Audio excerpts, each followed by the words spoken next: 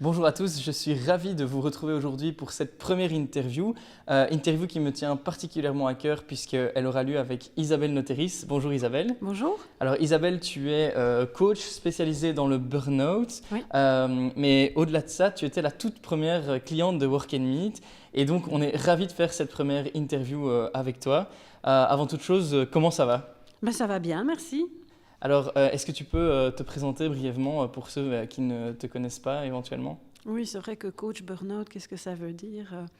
Donc, j'ai un parcours assez varié depuis les années 2000 dans toute une série de formations et dans accompagnement de personnes en orientation ou réorientation professionnelle. Et ces dernières années, j'étais de plus en plus souvent consultée par des personnes en burn-out et qui me disaient moi, je ne veux pas retourner là, ou je veux changer, mais je ne sais pas très bien quoi. Ou alors c'était moi, je vais aller élever des chèvres dans le Larzac. Et j'ai dit ok, c'est peut-être une très bonne idée, mais on va d'abord se poser, on va regarder, on va essayer de comprendre ce qui s'est réellement passé. Et est-ce qu'aller élever des chèvres dans le Larzac, c'est vraiment la solution? Parce qu'il y a parfois des personnes qui ont tellement mal vécu certaines choses qu'elles veulent tout jeter, elles jettent le bébé avec l'eau du bain. Alors que peut-être qu'elles aiment toujours leur métier et qu'elles pourraient peut-être le faire autrement. Voilà. Ou alors c'est peut-être réellement l'occasion de lancer quelque chose de complètement différent, pourquoi pas. Donc c'est ça qui est intéressant, c'est de se poser, comprendre ce qui s'est passé et pour pouvoir reconstruire un projet professionnel qui tienne la route. Et donc tu as décidé d'en faire ton métier, ta profession finalement, et d'aider les personnes dans ces situations-là. Voilà. Alors, bon, à notre jeune âge aussi, on entend de plus en plus ce mot, burn-out. Finalement, c'est utilisé presque dans toutes les phrases dès qu'on parle un peu du monde professionnel, etc. Mais finalement, j'ai l'impression, et tu vas nous dire si c'est le cas, mais qu'on ne comprend pas vraiment ce que c'est véritablement le burn-out. Est-ce que tu pourrais justement nous en dire un petit peu plus sur ce mécanisme? Tout à fait. D'abord, le burn-out, c'est une maladie. C'est une pathologie, c'est reconnu par le corps médical. Et dans cette maladie, il y a des stades de gravité. Donc il y a des stades plus avancés où la maladie est plus importante, avec des symptômes physiques encore plus importants. Et il y a des stades moins avancés. On peut parler parfois, certains utilisent le terme de pré-burn-out. Ça veut dire qu'il y a vraiment des signaux que quoi, si rien ne change, on va aller dans la maladie, dans des stades plus évolués. Donc ça commence au niveau, je vais dire, du mental par penser de plus en plus au boulot, commencer à s'énerver, avoir moins de patience, et puis peut-être quelques petits bobos du style un peu mal à la tête, une petite plaque d'eczéma. Mais enfin, on n'y prête pas trop attention, et puis de toute façon, il faut avancer, il faut. Et on continue. Et en fait, ce qu'il faut savoir, c'est que le burn-out, c'est le processus ultime d'un phénomène qui est ce qu'on appelle le stress chronique. Alors qu'à la base, le stress, ce n'est pas une maladie du tout.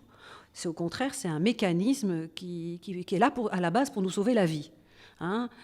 Nos lointains ancêtres, face à un danger style un mammouth par exemple, il y avait intérêt à avoir un afflux de sang dans les jambes pour pouvoir courir très vite. Et donc il y a toute une série de mécanismes qui se passent au niveau hormonal pour nous donner justement cette capacité de fuir, d'échapper au danger ou de le combattre si c'est possible.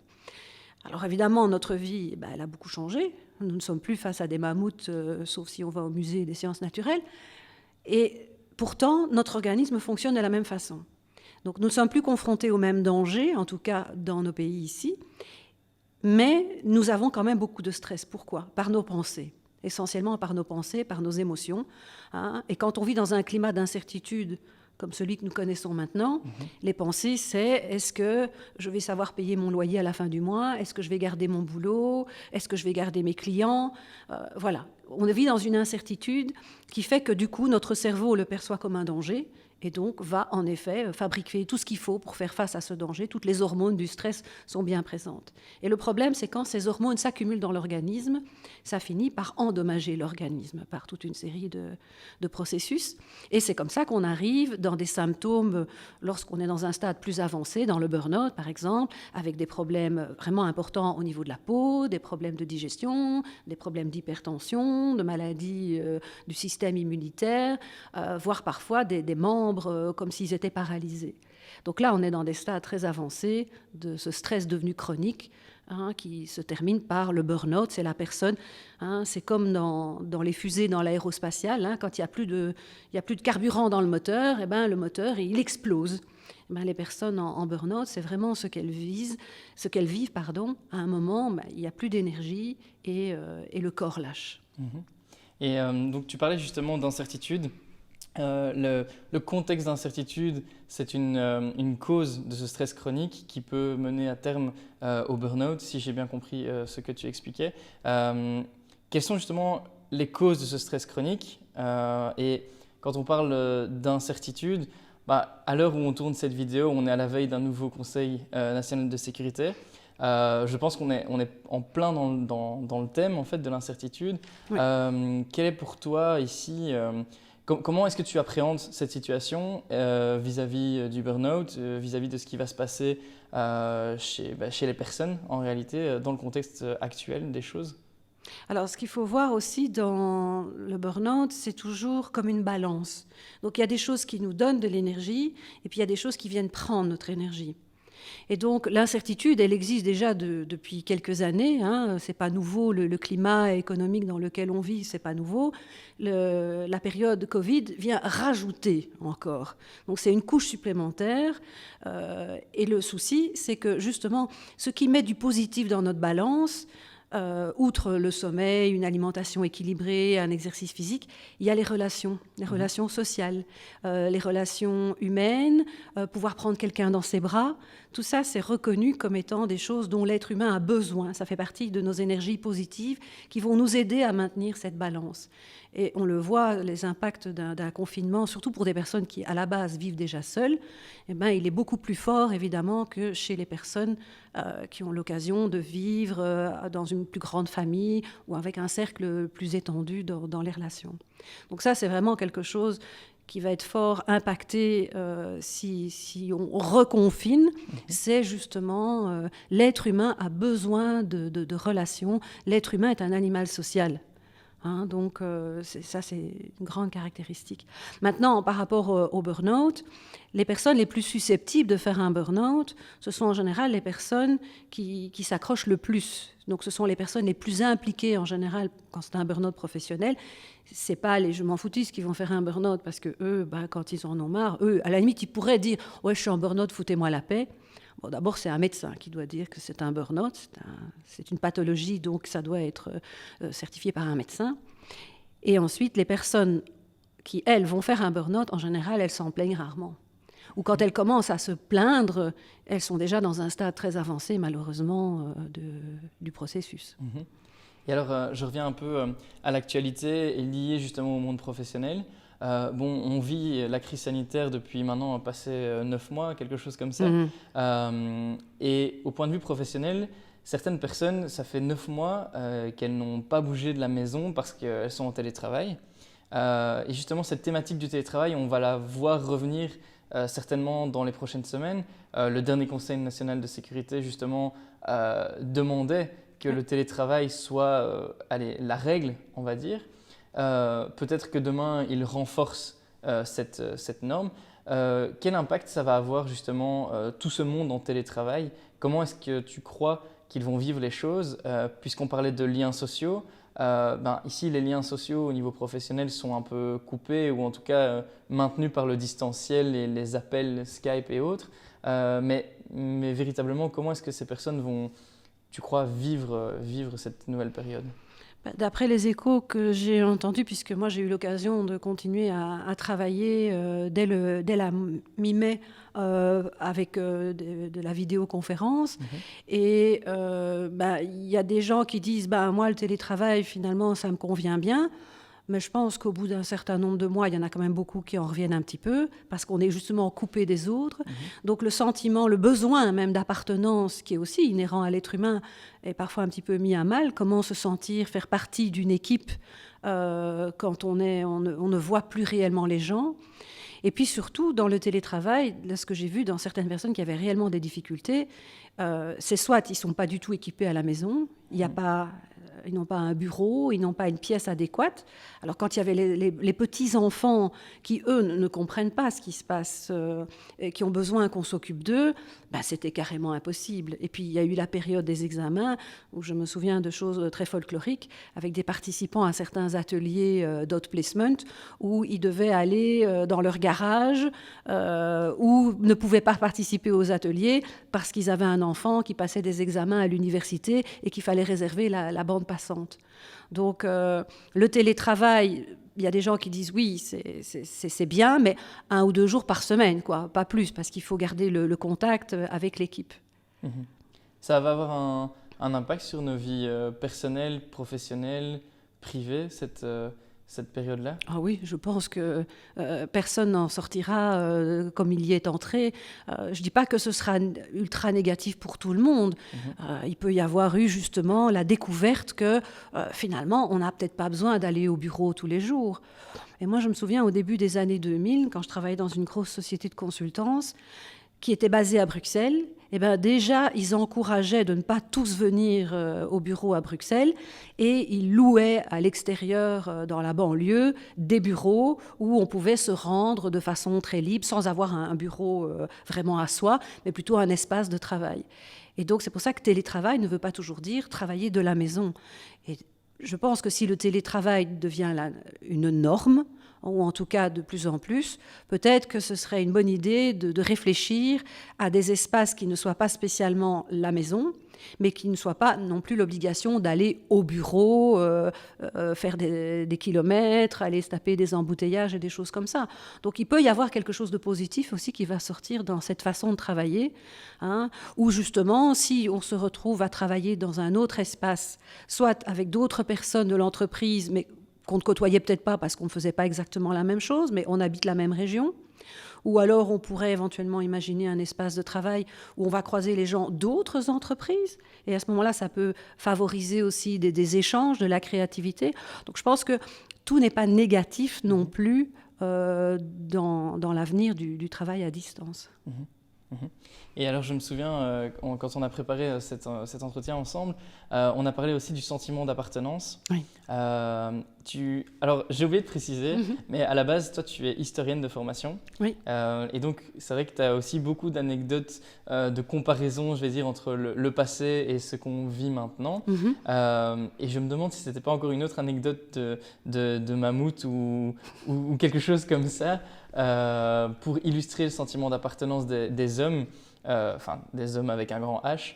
Oui. Et on a évoqué cette thématique du sentiment d'appartenance au travail et qui était potentiellement en danger aussi avec ce qu'on vivait. Est-ce que tu peux un peu développer cette idée de sentiment d'appartenance, de lien avec le burn-out, de lien avec la période qu'on vit aujourd'hui, etc. Oui, alors en effet, l'appartenance à un groupe, à la base, est un besoin ainsi de l'être humain, parce que pour revenir à l'époque des mammouths, justement, un être humain isolé, à la limite, il était en danger de mort, parce qu'il avait très peu de chances de survie. Les premiers hommes n'ont vraiment survécu que quand ils pouvaient se mettre ensemble, ne fût-ce que pour faire face d'abord au danger, et peut-être même aussi par la suite pour se nourrir, quand ils devaient s'attaquer à des troupeaux, par exemple, pour pouvoir se nourrir, des troupeaux de bêtes. Souvent, même certaines tribus se mettaient ensemble. Au lieu de se faire la guerre, elles se mettaient vraiment ensemble pour être plus fortes. Donc le fait de se retrouver seul, isolé, pouvait même être dangereux pour l'être humain. D'où l'importance par la suite de faire partie d'eux. Il n'y a rien de pire pour un être humain, à la base, que d'être exclu de sa communauté. Quand on est d'ailleurs... Pour prendre un exemple tout simple, une punition, par exemple, qu'infligent certaines religions, c'est d'excommunier un membre de la communauté. Et ça, c'est vraiment quelque chose de très fort. Il y a eu aussi, pour d'autres raisons, dans certaines entreprises, des phénomènes de placardisation. On veut qu'une personne dégage, mais on ne veut pas lui donner des indemnités de licenciement. On la met dans un coin, on l'isole et on ne lui donne plus rien. Et qu'est-ce qui se passe ? 9 fois sur 10, la personne, elle dépérit. Donc c'est vraiment quelque chose d'important. Et ce sentiment d'appartenance, il peut être mis à mal lorsqu'on se retrouve isolé chez soi et que le seul contact qu'on a avec ses collègues, c'est de temps en temps une réunion en vidéoconférence. Donc là, c'est beaucoup plus difficile de se sentir faisant partie d'eux. Et est-ce qu'on peut, donc, parce que je reviens un peu à la situation qu'on vit maintenant, est-ce qu'on peut retrouver ce sentiment d'appartenance quand, par exemple, on met les pieds dans un coworking, donc on ne connaît pas forcément les gens avec qui on va travailler, qui sont autour de nous, mais enfin, on est dans une espèce de bulle professionnelle. Est-ce que finalement, c'est aussi un moyen de garder le sentiment d'appartenance, malgré qu'on ne puisse pas retourner dans nos grandes tours ou dans nos grands open space, etc. Exactement. D'ailleurs, dans les premiers open space, dans les premiers coworking, qui est-ce qu'on a vu? Des indépendants. Parce qu'il y a beaucoup d'indépendants qui pourraient même travailler de chez eux, mais ils n'ont pas envie. Le fait d'aller dans un espace de coworking, ça permet de côtoyer des gens et au moins on sent qu'on fait partie d'une certaine communauté, une communauté d'entrepreneurs par exemple. Et ça explique le succès justement des coworking. Et alors j'aurais aimé évoquer ton expérience justement avec nous. Donc si je me souviens bien, tu étais partie à Serein. Oui. Chez Christine, justement, qu'on salue si elle voit l'interview. Qu'est-ce que toi, t'en as pensé, justement? Et on peut revenir sur la thématique qu'on a abordée ensemble, sur le sentiment d'appartenance, sur justement une autre façon de travailler, découvrir de nouvelles personnes, etc.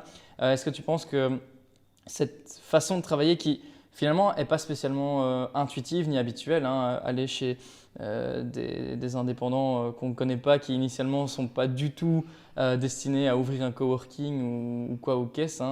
Est-ce que cette nouvelle idée de pousser la porte et de dire ok, on va s'installer, elle pourrait à l'avenir servir justement on va dire la cause, enfin retrouver le sentiment d'appartenance, éviter de s'isoler et en même temps être quand même en sécurité parce que bon, on n'est pas chez soi, mais en même temps on est dans une atmosphère qui est désinfectée, il n'y a pas plein de monde, etc., etc. Qu'est-ce que toi t'en as pensé de tout ça? Moi, c'est une excellente expérience parce que ça m'a permis de devenir volante, dans le sens que dans mon activité de coaching, je dois rencontrer des personnes dans un bureau avec une porte qui ferme. Donc, a priori, faire des entretiens de coaching dans un espace coworking, ce n'est pas la solution. Donc, moi, j'avais besoin d'avoir un bureau avec une porte qui ferme, mais étant limitée dans ma région, je ne peux pas, quand j'ai une demande d'une personne à Serein, je ne pouvais pas commencer à aller louer un bureau à Serein pour une personne que j'allais rencontrer 2 heures par semaine pendant un nombre limité de mois. Donc, cette possibilité, justement, avec Work & Meet, ça a été super parce que, du coup, j'avais un bureau très chouette, bien aménagé, où je pouvais recevoir cette personne et on réservait le bureau pour 2 heures. Et je payais à ce moment-là pour 2 heures de location de ce bureau. Donc ça, c'est vraiment très pratique. Et en plus, je trouve ça très agréable de se dire, voilà, je vais dans telle entreprise. Là, c'était une entreprise de titre-service. Et on voit d'autres personnes, on voit d'autres choses. Moi, j'ai trouvé ça très agréable. Et à côté de ça, j'essaye quand même d'aller dans des espaces de coworking quand je n'ai pas d'entretien de coaching, pour justement sentir que je suis à ce moment-là en train de travailler. Ce n'est pas chez moi. Ça permet aussi par rapport au burn-out, et ça c'est super important, au début, une personne qui présente les premiers signaux de stress et les signaux avant-coureurs d'un burn-out, en général, elle fait encore bien la séparation entre sa vie professionnelle et la maison. Et la maison, c'est souvent sa bulle d'oxygène, etc. Mais malheureusement, avec le stress qui s'accumule, finalement, ça commence à déborder et très souvent, la personne va ramener le stress à la maison. Alors, si elle a un conjoint ou une conjointe compréhensif, en général, le conjoint va l'aider et va lui dire « Oui, écoute, je vois que c'est difficile pour toi. Écoute, je vais m'occuper des enfants, t'inquiète. Et puis mes parents qui viennent manger dimanche, on va reporter. » Voilà, ça, c'est dans le meilleur des cas. Dans d'autres cas, malheureusement, ça ne se passe pas comme ça. Oui, écoute, si c'est comme ça, tu peux retourner au bureau. Moi, j'en ai marre de tes histoires. Et ça vient encore rajouter au problème. Et le télétravail, quand c'est forcé, que ça ne se passe pas bien, que c'est imposé et que ça se passe à la maison et que le cas n'est pas idéal à la maison, ça va renforcer les problèmes. Et il n'y a plus de séparation vie professionnelle, vie privée à ce moment-là. Tout déborde dans tout.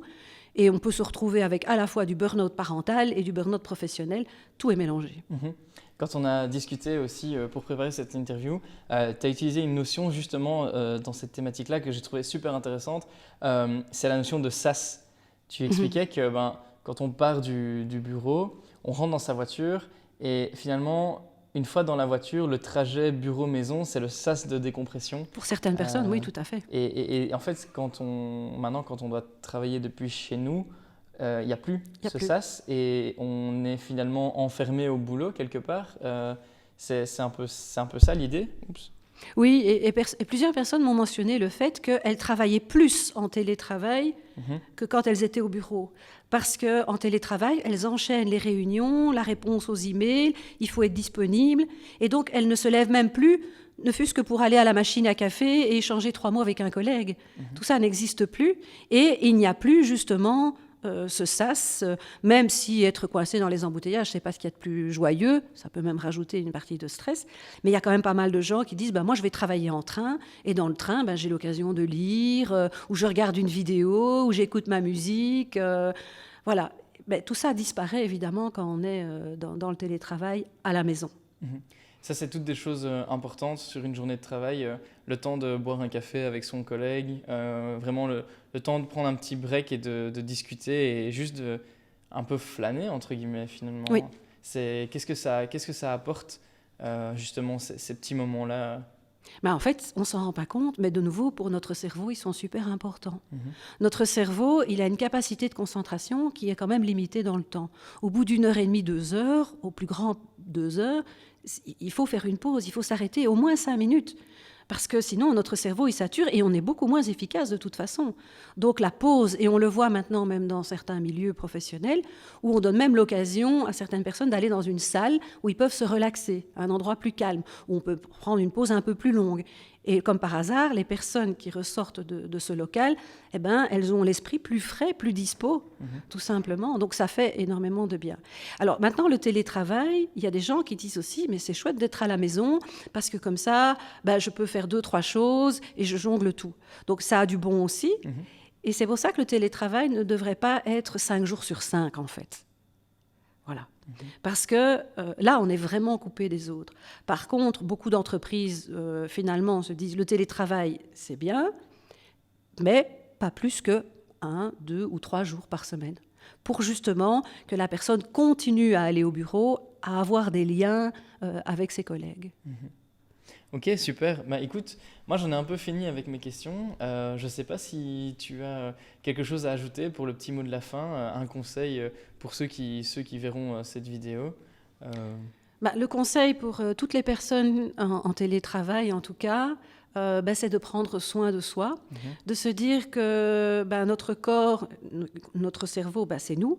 Que nous devons en prendre soin, que les voitures, si on s'achète une nouvelle voiture et qu'on roule tout le temps à fond dedans, on va l'épuiser beaucoup plus vite que si on avait roulé en bon père de famille, j'ai envie de dire, avec sa voiture. Et que quand la voiture elle est épuisée, on la ramène au garage et on la change, mais que notre corps, on ne peut pas le changer. Donc on doit vraiment encore plus prendre soin de soi en période de télétravail, s'aérer régulièrement, faire attention à ce qu'on mange aussi. J'ai entendu des gens qui se plaignaient qu'avec le télétravail, ils avaient pris des kilos.